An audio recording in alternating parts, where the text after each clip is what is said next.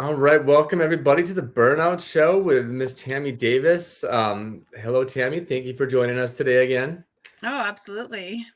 Before we get there, I just want to give a shout out to the Pharmacy Podcast Network for the support, and we're going to play this reel. We'll be right back to talk about some more self-awareness, ego in the self-awareness, and then show but don't tell. Or no, wait, I just totally screwed that up. Show, don't tell. Be right back.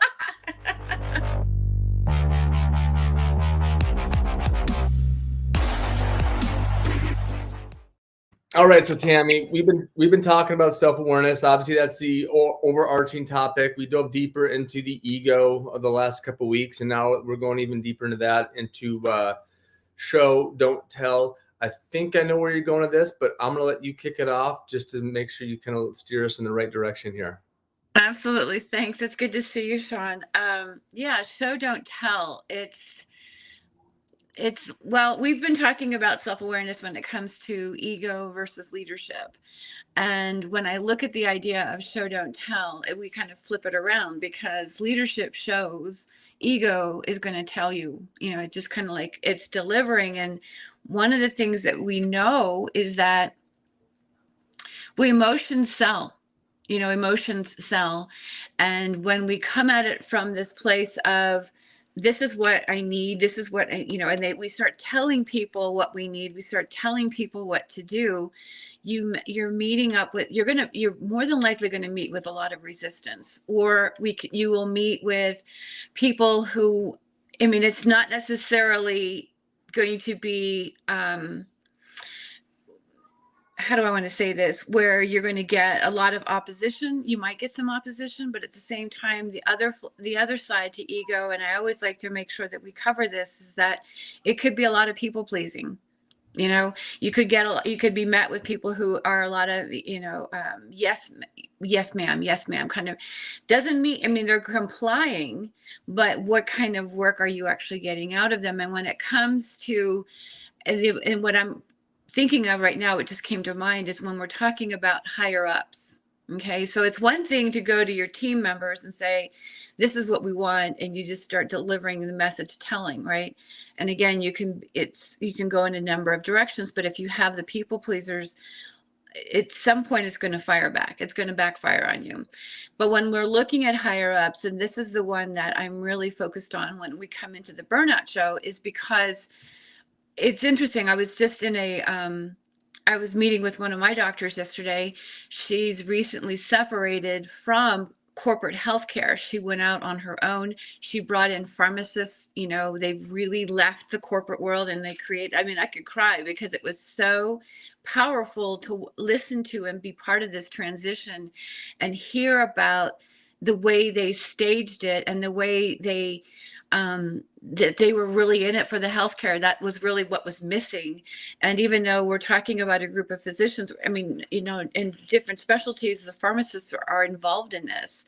And in order to make that choice, it came down to, how do we show, and where they were missing. And this was the gap, was they approached the overarching corporation with telling them how it was.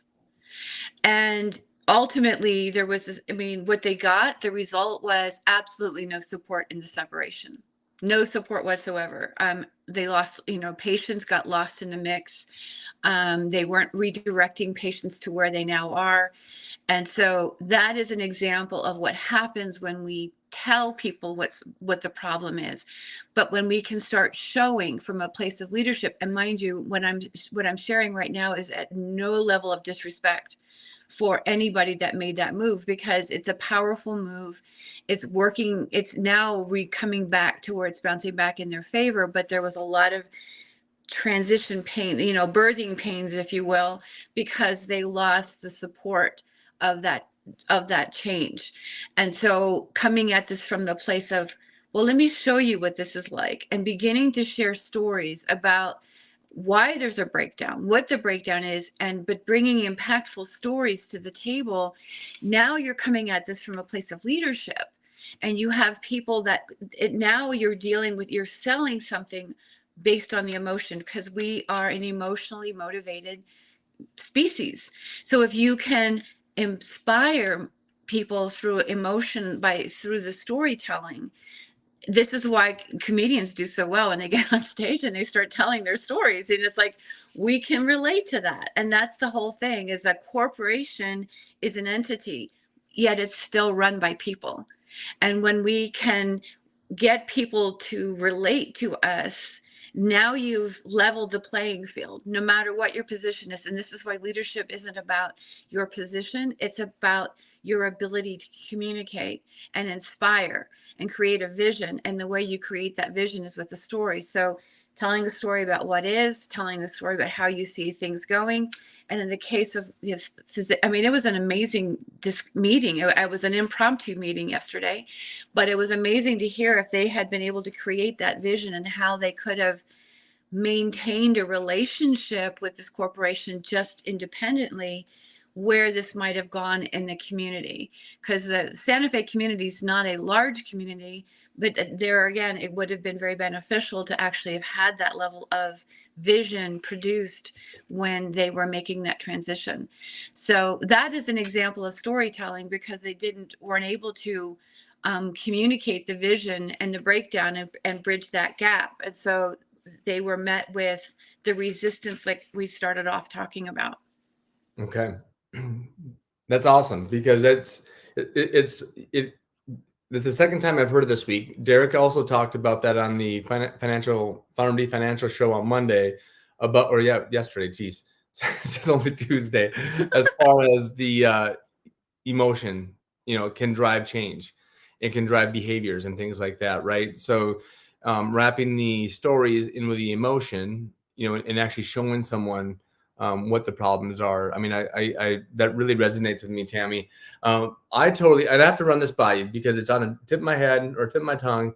I thought we were going to do something else. I thought this meant something else, but maybe you can actually spin it around. So when I first took over my first pharmacy manager pick role at a really busy store in 24-hour pharmacy, big chain, I struggled getting my staff to help patients at the in window or at pickup, right? Everyone was like, because it's like, that's where the confrontation happens. And so I literally I thought I could just show them, be like, so then all of a sudden I'm stuck. The pharmacist, I'm stuck at the in window for, a long time while my work is piling up that I still need to check, but I'm up there and they're just letting me flounder. But I'm the leader. I'm the manager. And so this went on and on. I learned over the years where it's like I showed them, but I also told them, like, and trained them, like, that's why we want to take care of people at the end window. Anyways. So I was kind of like, I thought I could show them, but not tell them. I had to show them and tell them and resonate that into kind of what you just said there, into like the stories of why we need to take care of this patient right there, right now at the pickup window. Right. Does that make sense to you, or can you tie that back to kind of what you were just talking about here with actually showing and telling, but maybe spin it to where like you would have the executive leadership that needs to do the showing? Or am I thinking about that backwards? Are we leading up at this point where we need to show the executive leadership what is going on versus telling them what's going on? No, you could actually, the way you could take that is if you had taken it, as far as showing them the staff like you're talking about, and as you were and I'm going to this is how I'm going to spin it. And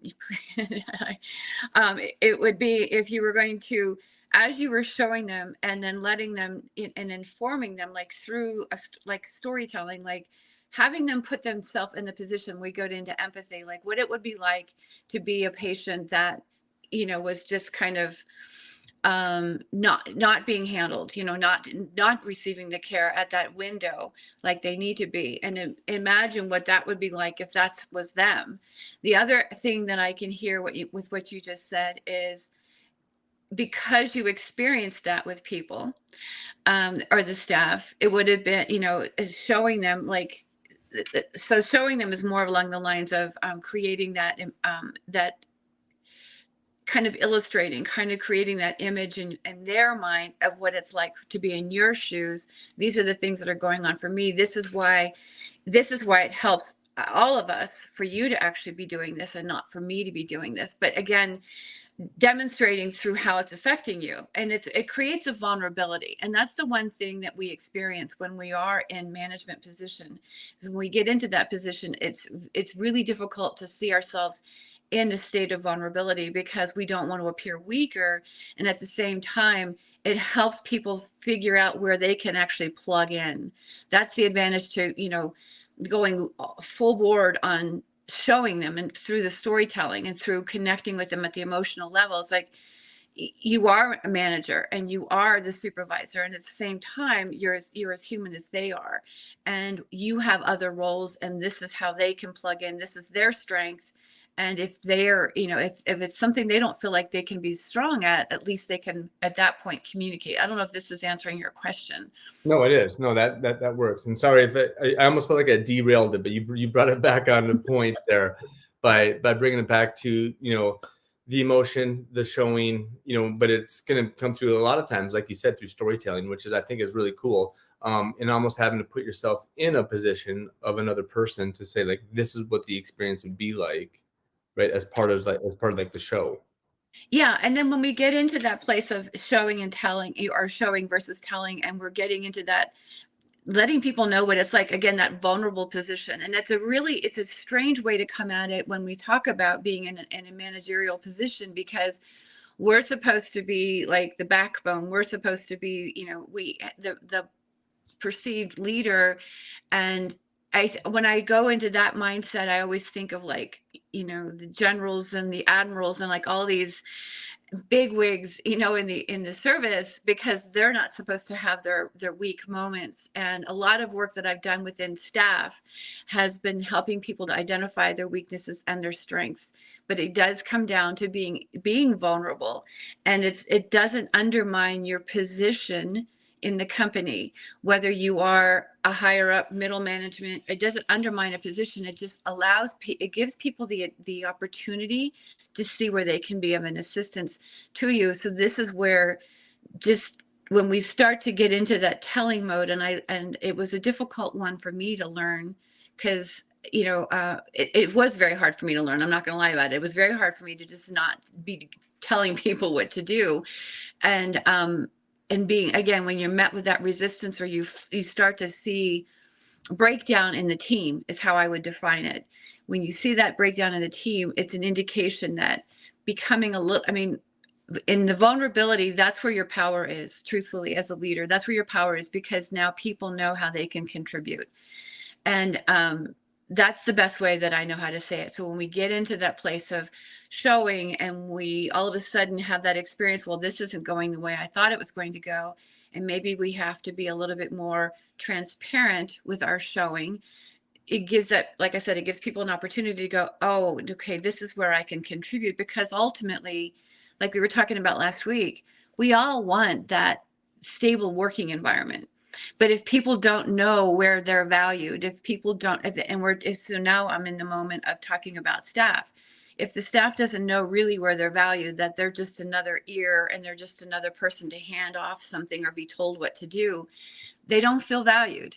But if they feel valued and they can connect with you and relate to you as a human being, now they know where they can provide a service that is meaningful to the team. And that's where that's leadership right there, because you're allowing the leader in somebody else. And to me, that's what's missing in the corporate world, is giving people the opportunity to be leaders wherever they are, be a leader in their own position, because now they can take the reins and provide what you cannot. And it doesn't mean anything about you. It doesn't mean that you're less than. It simply means that this is not what this is not where I'm at right now. This is not what I'm supposed to be doing. And this is how you can actually provide. But it gives them that meaningful sense of like they belong. And that's the one thing, if we talk about Brené Brown, that's one thing she talks an awful lot about, is how people can learn how to belong. And when we start showing people how they can belong, now we've added value to the team, and it begins to resonate, as well as demonstrate to the higher ups the value of the team. And now this innovation that we've been talking about along the lines of self-awareness, and how we can innovate as pharmacy begins to advance with all the all the changes that are coming, because now they can see this team is the cohesion of this team can really innovate a future that's sustainable and that they will support. I love it. That's a gold mine right there. I mean, really, this showing people how they can lead themselves. I love that. I think that's almost a topic in itself that we might have to dig into in the coming weeks, Tammy. I would love that. Yeah. That's a great one. Okay, that's a good show for today, Tammy. Anything else you want to leave us with before we let everybody go?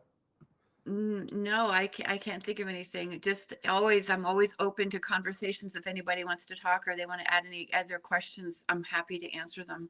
And that we might have to do. So yeah, Tammy's great. You can find her in RPH Ally. Join at rphally.com. And I think we had talked about that, Tammy. So maybe that should ignite us. Maybe we should get these conversations going in the broader groups within the channel. So let's start that. All right, we'll see you here next week, everybody. Thank you.